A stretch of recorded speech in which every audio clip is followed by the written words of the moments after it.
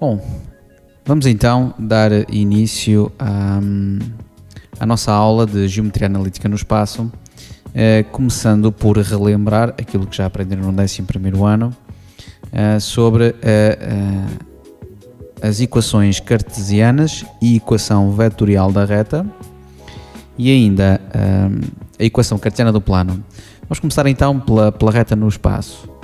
Ora, uma reta no espaço, vou colocar aqui o tema, reta no espaço. Uma reta no espaço, para ser definida, o que é que necessitamos? Portanto, para definir uma reta,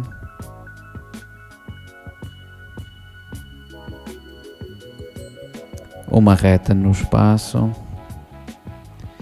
necessitamos então de duas coisas. Necessitamos de um ponto que contenha a reta, portanto um ponto por onde a reta passa. Vou designar o ponto A de coordenadas x0, y0 e z0, e necessitamos ainda de um vetor chamado vetor diretor da reta, que eu vou designar aqui pelo vetor U de coordenadas A, B e C. Portanto, isto significa que quando me pedirem para definir uma reta, eu vou precisar sempre de recolher estes dois elementos da reta. Vou precisar sempre de um ponto que esteja nessa reta, um ponto por onde a reta passe, e vou precisar sempre de um vetor com a direção da reta. Portanto, representando isto graficamente, eu para definir a reta preciso de um ponto da reta e preciso de um vetor com a mesma direção da reta, chamado vetor diretor da reta. Reparem que existem infinitos vetores diretores da reta. Qualquer vetor que tenha a mesma direção da reta, quer seja no sentido oposto do vetor U, quer tenha o mesmo sentido do vetor U, qualquer vetor que tenha a mesma direção da reta é um vetor diretor da reta. Ora, para definir a reta analiticamente, eu vou precisar então destes dois elementos e eu posso definir a reta analiticamente de duas formas diferentes. Posso definir através da equação vetorial,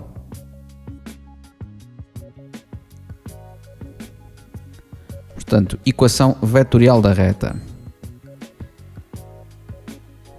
Qual é a forma da equação vetorial da reta? É da forma x, y, z igual às coordenadas do ponto A mais um múltiplo do vetor U, com k aqui um número real qualquer. Portanto, a equação vetorial da reta será da forma x0, y0, z0, que são as coordenadas do ponto A, mais k, as coordenadas do vetor diretor A, B, C, com k pertencente a R.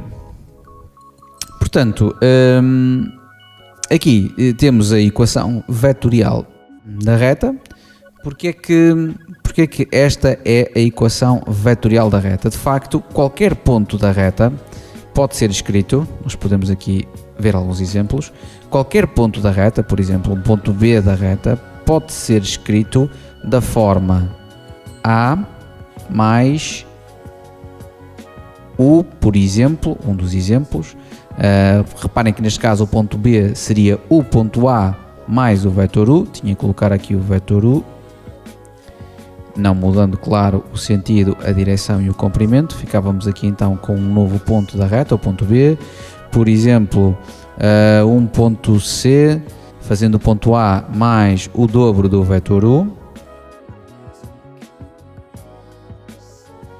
Aí ficamos com o ponto A e temos que considerar o dobro do vetor U, portanto um vetor sensivelmente com este comprimento. Este provavelmente é o vetor 2u, o dobro do vetor u, e portanto só o ponto A somarmos este vetor, ficamos aqui com um ponto C, sei lá, por exemplo, o ponto D de coordenadas ou obtido fazendo o ponto A mais metade do vetor U. Nesse caso, o ponto D seria um ponto que estaria por aqui, ou seja, qualquer ponto da minha reta é no fundo obtido atribuindo um valor ao K, a este K que está aqui na equação vetorial da reta. O que o K está a fazer é alterar o comprimento deste vetor U, a torná-lo mais comprido ou mais curto, e no caso do K ser negativo, eu ainda não dei aqui nenhum exemplo, mas podemos dar aqui um exemplo. No caso do K ser negativo, ficamos com o ponto A, por exemplo, menos o vetor U. Aí o ponto E será então o ponto que estará mais ou menos por aqui, porque é o ponto A, e depois temos que considerar o vetor U no sentido oposto. Ok? Portanto, temos aqui o ponto E. Portanto, o K, se for positivo, vou produzir pontos no mesmo sentido que o vetor U. Se o K for negativo, começa a produzir pontos no sentido oposto ao vetor U. Mas de facto, o que eu queria mostrar com isto é que qualquer ponto desta reta resulta da soma do ponto A com um múltiplo do vetor U, que no fundo é aquilo que está aqui descrito na equação vetorial da reta. Há, no entanto, uma outra forma de representar a reta através de uma condição analítica, que são as chamadas equações cartesianas. Equações cartesianas da reta. Portanto, de que forma são as equações cartesianas da reta? As equações cartesianas da reta dividem-se em 3 casos. Tudo depende das coordenadas do vetor diretor da reta. Eu vou pôr aqui os 3 exemplos. O exemplo 1, o exemplo 2 e o exemplo 3. Por exemplo, portanto, se o vetor diretor da minha reta, o vetor U, for um vetor da forma, por exemplo, podemos começar pelo caso mais genérico, ABC, então as equações cartesianas da reta serão desta forma: x menos x0 sobre A igual a y menos y0 sobre B igual a z menos z0 sobre C, em que x0, y0 e z0 são as coordenadas do ponto, não é? Do ponto por onde a reta passa, e A, B e C são as coordenadas de um vetor diretor desta reta. Existe um outro caso, eu vou colocar aqui, vamos supor que agora o vetor é o vetor de coordenadas 0, B, C, e eu atribuí 0 à coordenada abscissa do vetor, a coordenada x do vetor, mas poderia ser a qualquer uma das outras. Como é que ficam agora as equações cartesianas? Já ficam na forma de sistema, em que eu sou obrigado a isolar a variável x. Isto porquê? Porque no vetor diretor da reta, o valor do A é 0. E quando isso acontece, a variável referente a essa coordenada do vetor fica isolada, não vai ficar em relação com as outras, tal como neste caso, em que nós temos uma relação entre o x, o y e o z. Portanto, o x vai ficar à parte, vai ficar x igual a x0, portanto, a abscissa do ponto, e relativamente ao y e ao z, as variáveis y e z, aí a relação manter-se-á da mesma forma que se manteve aqui neste caso, no caso 1. Portanto, ficaremos com y menos y0 sobre b igual a z menos z0 sobre c. E depois, por fim, temos um último caso, que é quando nós temos coordenadas nulas em duas componentes do vetor. Por exemplo, neste caso, no x e no y do vetor. Aqui, como é que ficam as equações cartesianas? Ficam igualmente na forma de sistema, mas como eu tenho 0 quer na componente x, quer na componente y, então quer o x, quer o y vão ficar isolados. Ficamos então com x igual a x0, portanto x igual à abscissa do ponto por onde a reta passa, e y igual a y0, ordenada do ponto por onde a reta passa. Relativamente ao z, o z não se vai escrever absolutamente nada, porque eu não consigo relacionar o z com mais nenhuma das outras variáveis, tal como fizemos aqui no primeiro caso. Portanto, aqui no primeiro caso eu consegui relacionar o z com as outras duas variáveis, naturalmente. Aqui neste caso ainda consigo relacionar o z com a variável y, porque ainda a variável y, portanto, a coordenada y do vetor não era nula e consegui relacioná-la. Neste caso aqui eu não consigo relacionar o z nem com o x nem com o y, porque eles ficam à parte. O que isto significa é que na reta, nesta reta, com este vetor diretor, o z é livre, o z pode tomar qualquer valor. Eu vou dar aqui uns exemplos de seguida para que melhor se perceba o que eu estou aqui a tentar referir para cada um dos casos. Por exemplo, portanto, vou puxar aqui a imagem um pouco para baixo. Vamos considerar para todos os exemplos um ponto pode ser o ponto A, de coordenadas 1, 2, 3,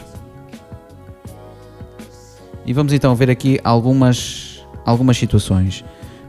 Por exemplo, se eu tiver como vetor diretor da reta o vetor U de coordenadas 4, 5, 6, como é que ficam as equações cartesianas da reta que tem aquele ponto e que tem como vetor diretor o vetor de coordenadas 4, 5, 6?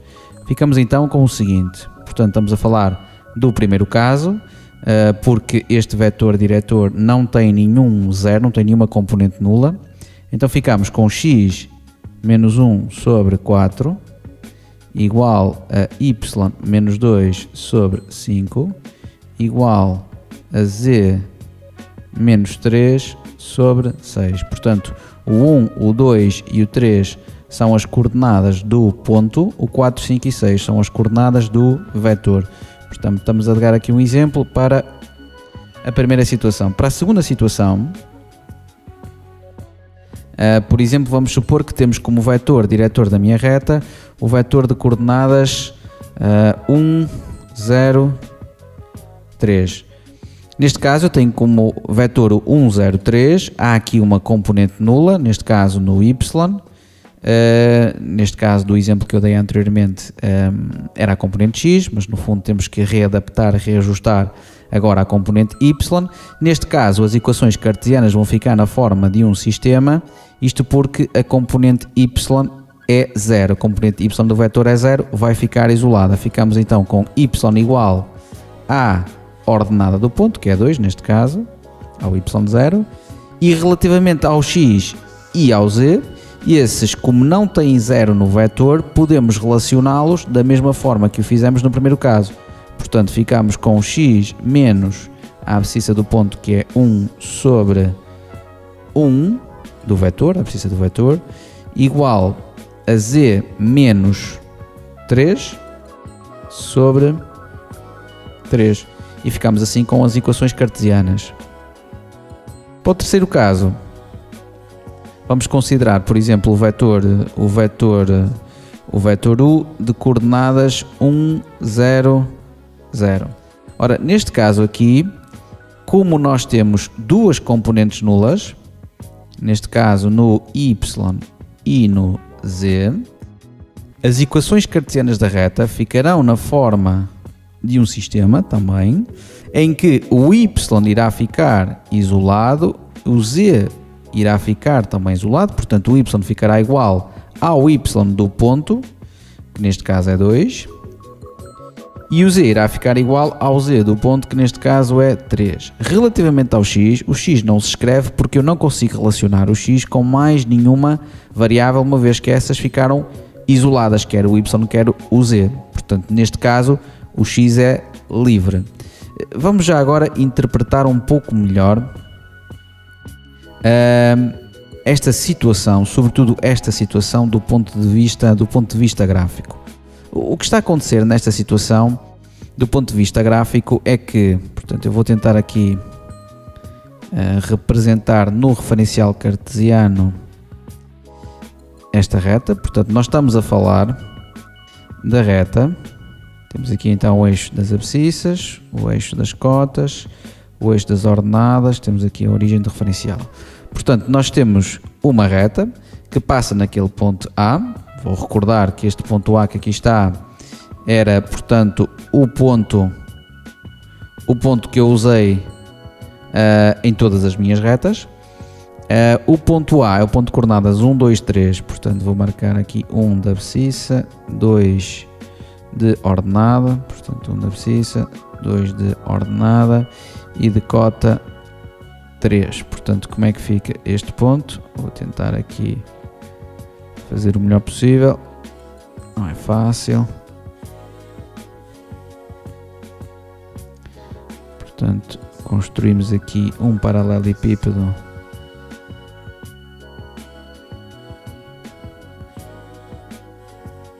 de comprimento cuja base tem comprimento 2, largura 1 e altura 3. Ficamos então aqui com o ponto A, portanto a minha reta passa no ponto A e tem a direção daquele vetor 1, 0, 0. Que vetor é aquele vetor 1, 0, 0? É o vetor que está aqui sobre o eixo